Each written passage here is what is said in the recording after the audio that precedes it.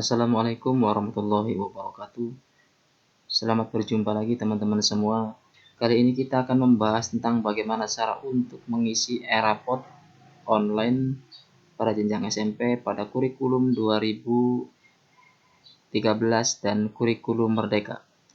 Teman-teman semua, bahwa yang sudah kita ketahui untuk kurikulum 2013 dan kurikulum Merdeka pada aplikasi e-rapot tahun ini telah digabungkan, artinya sudah menjadi satu, tidak lagi terpisah, tidak lagi berdiri sendiri yang kurikulum 2013 maupun yang yang kurikulum Merdeka. Jadi dalam tahun pelajaran 2023-2024 ini e-rapot online-nya sini sudah digabungkan menjadi e-rapot SMP versi yang M.03. Nah, untuk masuknya sama seperti pada e-rapot yang sebelumnya, teman-teman. Kita ketikkan link pada URL ini, kemudian kita masukkan username dan passwordnya di sini. Setelah itu klik masuk. Ya, di sini tampilan login, kemudian kita klik OK. Selanjutnya kita klik nama sekolah. Lalu di sini akan ditampilkan atau diperlihatkan data-data yang sesuai dengan username dan password yang dimasukkan. Di sini ada jumlah siswa seluruhnya berapa yang diajar oleh guru yang bersangkutan, kemudian ada jumlah kelas, jumlah mapel di sini, jumlah siswa ekskul dan seterusnya. Kemudian teman-teman, yang kita lakukan berikutnya setelah dashboard ini tampil, maka kita klik yang tujuan pembelajaran, klik di sini. Nah, setelah klik tujuan pembelajaran, kita klik ya, di sini kita perhatikan pilih mapel. Di sini ada 3 pilihan, ada P5 ya, project penguatan profil pelajar Pancasila, informatika, dan teknologi informasi dan komunikasi. Kebetulan saya mengajar terhadap 2 mapel ini, yaitu informatika dan teknologi informasi, maka di sini akan ditampilkan 2 mapel. Juga di sini sebagai pendampingnya di P5 ini di kelas 7 ini. Jadi jumlah mapel ini akan ditampilkan sesuai dengan jumlah mapel yang Bapak Ibu ajarkan. Seperti di sini, kembali lagi di sini, saya di kelas 9 mengajarkan teknologi informasi dan komunikasi, kemudian di kelas 8 mengajarkan informatika. Maka akan ditampilkan di sini. Kalau Bapak Ibu semua mengajar misal di kelas 8 matematika, kelas 9 matematika, maka di sini akan ditampilkan matematika saja. Selanjutnya Bapak Ibu, kita klik pilihan mata pelajaran yang akan kita tambahkan tujuan pembelajarannya. Kemudian di sini ya, kita terlihat di sini ada data kosong, kita klik tambah tujuan pembelajaran. Nah, kemudian di sini pilih mapel teknologi informasi dan komunikasi atau TIK, kemudian pilih jumlah tujuannya ya, seperti ini. Saya misal ya, di sini teman-teman, saya sudah menyiapkan 3 buah tujuan pembelajaran untuk mengisi e-rapot ini. Ya, ini tujuan pembelajaran. Ini tinggal kita copy saja ke bagian yang di sini. Setelah kita klik yang proses. Jadi karena kita memilih 3 tujuan pembelajaran, ya, 3 tujuan pembelajaran, maka di sini kita masukkan angka 3 atau kita pilih angka 3, kemudian klik proses. Maka di sini akan ditampilkan 3 tujuan pembelajaran yang harus kita isi. Nah, di bagian fase kita udah otomatis dengan fase D karena SMP. Kemudian di tingkat kita pilih yang ya, pilih 9, angka 9 atau kelas 9, pilih yang semester 1. Nah, tujuan pembelajarannya kita kopikan dari tujuan pembelajaran yang pertama. Nah, di sini. Kemudian copy. Ini kita copy. Kemudian kita pastekan di sini.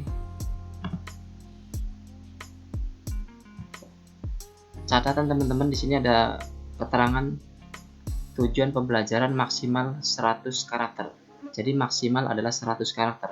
Ketika sudah melebihi 100 karakter, maka dia tidak mau menyimpan atau akan menolak terhadap inputan ketikan tujuan pembelajaran yang kita masukkan. Jadi catatan sekali lagi di sini adalah 100 karakter. Kemudian di tujuan pembelajaran yang kedua, lakukan hal yang sama seperti ini. Kita kopikan, kemudian kita copy paste di sini. Sama untuk yang tujuan pembelajaran, untuk yang tiganya lakukan dengan langkah-langkah yang sama.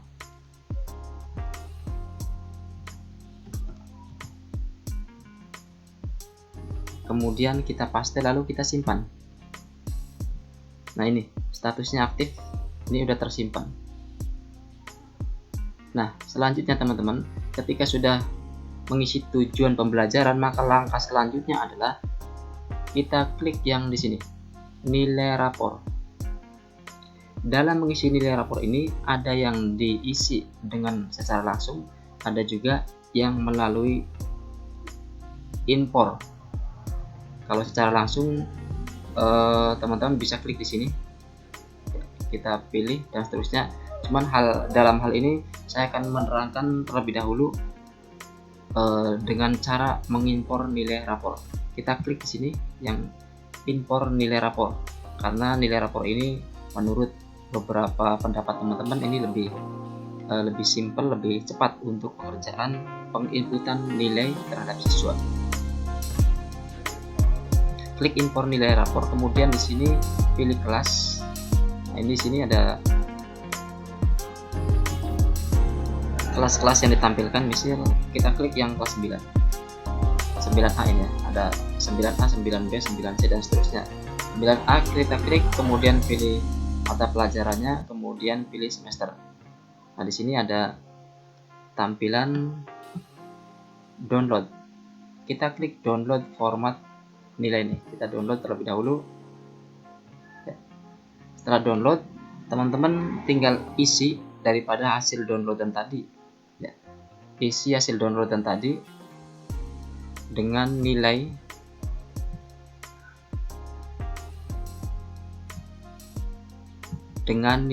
yang sudah kita masukkan atau kita berikan ke siswa.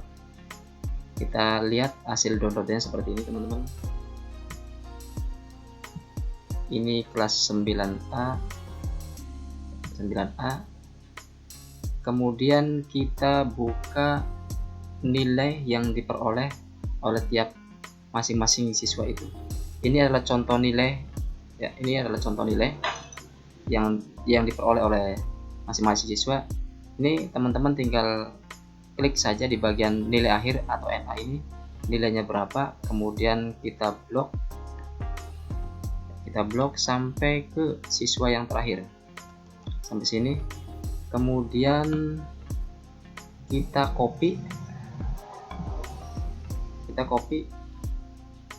atau bisa pilih copy yang ini, kemudian kita pastekan di sini.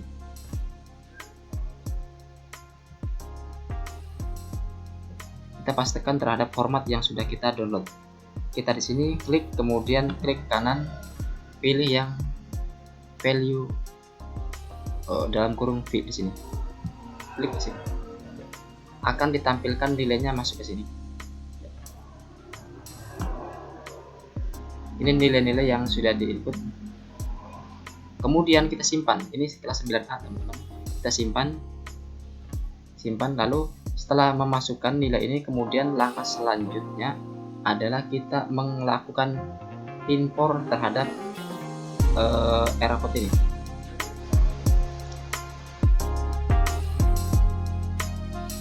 Kita klik choose file di sini, kemudian pilih file yang sudah kita input nilainya, yang kelas 9A ini kita double klik, kemudian kita impor nilai. Nah, ini untuk mengeceknya kita bisa melihat ke bagian input nilai rapor ya, seperti ini. di bagian kelas 9A, kemudian kita pilih mata pelajaran, kemudian kita cek ya, ini semua nilai sudah masuk ke dalam seluruh siswa ini. Selanjutnya Bapak Ibu tinggal memberikan checklist terhadap tujuan pembelajaran ini, apakah sudah tercapai ataukah masih perlu peningkatan. Jika sudah tercapai maka klik yang sebelah kiri, jika masih perlu peningkatan maka klik yang sebelah kanan. Kita asumsikan misalnya sudah tercapai semua, Bapak Ibu berarti tinggal klik yang bagian kiri saja. Lakukan klik ini sampai selesai ke bagian bawah, Bapak Ibu. Kita klik satu-satu nih.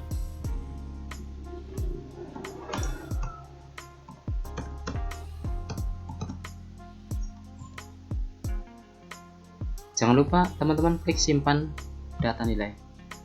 Nah, seperti ini. Berhasil menyimpan 32 data nilai rapor. Kemudian selanjutnya adalah teman-teman di bagian bawah ada nilai P3. Ya, P3.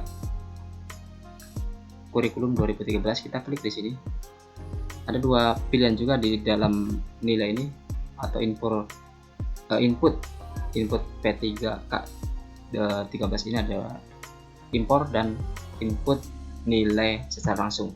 Kita bisa klik yang input nilai secara langsung seperti ini. Kita klik, kemudian pilih kelasnya, kemudian pilih semester, juga pilih dimensi. Terhadap 6 dimensi ini Bapak Ibu pilih dimensi mana yang ingin diaktifkan terhadap siswa. Misal saya memilih dimensi yang pertama, beriman, bertakwa kepada Tuhan Yang Maha Esa dan berharap mulia. Kita klik di sini. Kemudian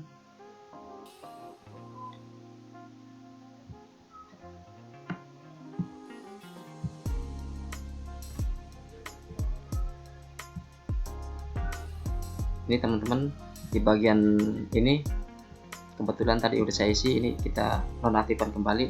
Jadi aslinya seperti ini, tidak teramati waktu pertama kali tampil. Jadi teman-teman tinggal pilih P3 ini terhadap seluruh siswa, bisa satu-satu seperti ini.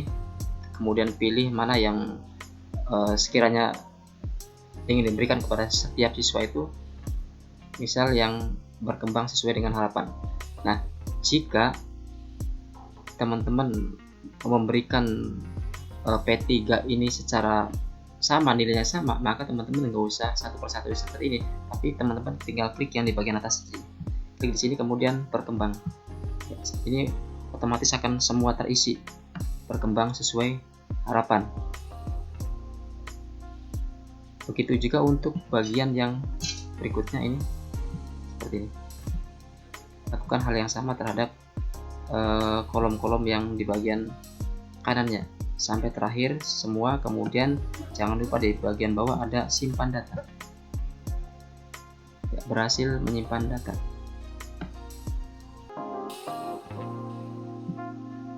Nah, sampai di sini teman-teman untuk pembahasan kita pada pertemuan kali ini.